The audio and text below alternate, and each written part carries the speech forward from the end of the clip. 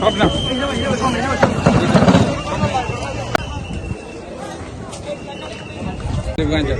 অবস্থা সিকিউরিটি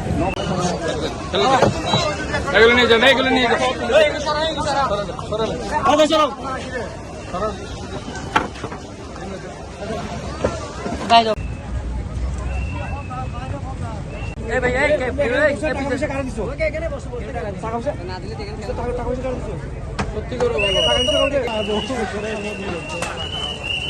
কোনো কিছু বসাবো না, কিন্তু তারপরে এগুলো হচ্ছে।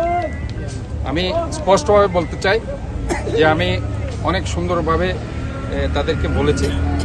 এখন আমি চাই নাই যে আইনি প্রক্রিয়ায় ব্যাপারটা হোক, কারণ এখানে আর্মিরা ইনভলভ হচ্ছে, সেনাবাহিনী, নৌবাহিনী এবং অন্য বিভিন্ন ধরনের যারা প্রশাসনের বাহিনীরা আছে তারা এখানে আমার মনে হয় ইনভলভ হচ্ছে, এবং ইনভলভ হলে সম্ভবত পিছনে যে দোকানগুলো করছে তারা করতে পারবে।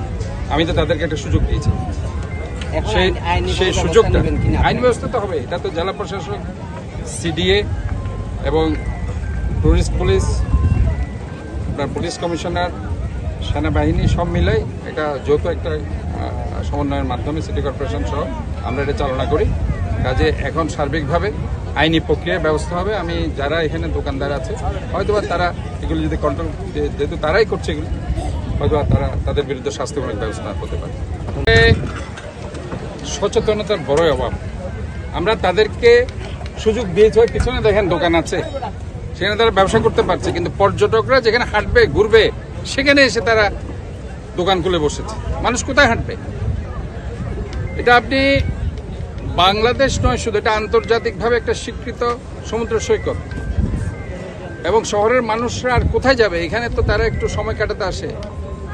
এই সময়টাতে তারা যদি বিচটা দখল করে রাখে, ইভেন আপনার হাঁটার যে পথটা দেখেছেন সেখানে ছাতা নিয়ে টেবিল নিয়ে বসে গেছে। এবং এটাও না শুধু, আমি অনেক পর্যটকের কাছ থেকে খবর পেয়েছি তারা জোর করে তাদেরকে খাওয়াবে এবং সেখানে জোর করে বিলটা ধরাই দিবে। আজকে আপনারা, আমি পিছনে তাদের দোকান আছে সেখানে আমরা কিন্তু উচ্ছেদ করছি না, সেখানে তাদের বলেছি যার খাবার ইচ্ছা হবে সে গিয়ে খাবে।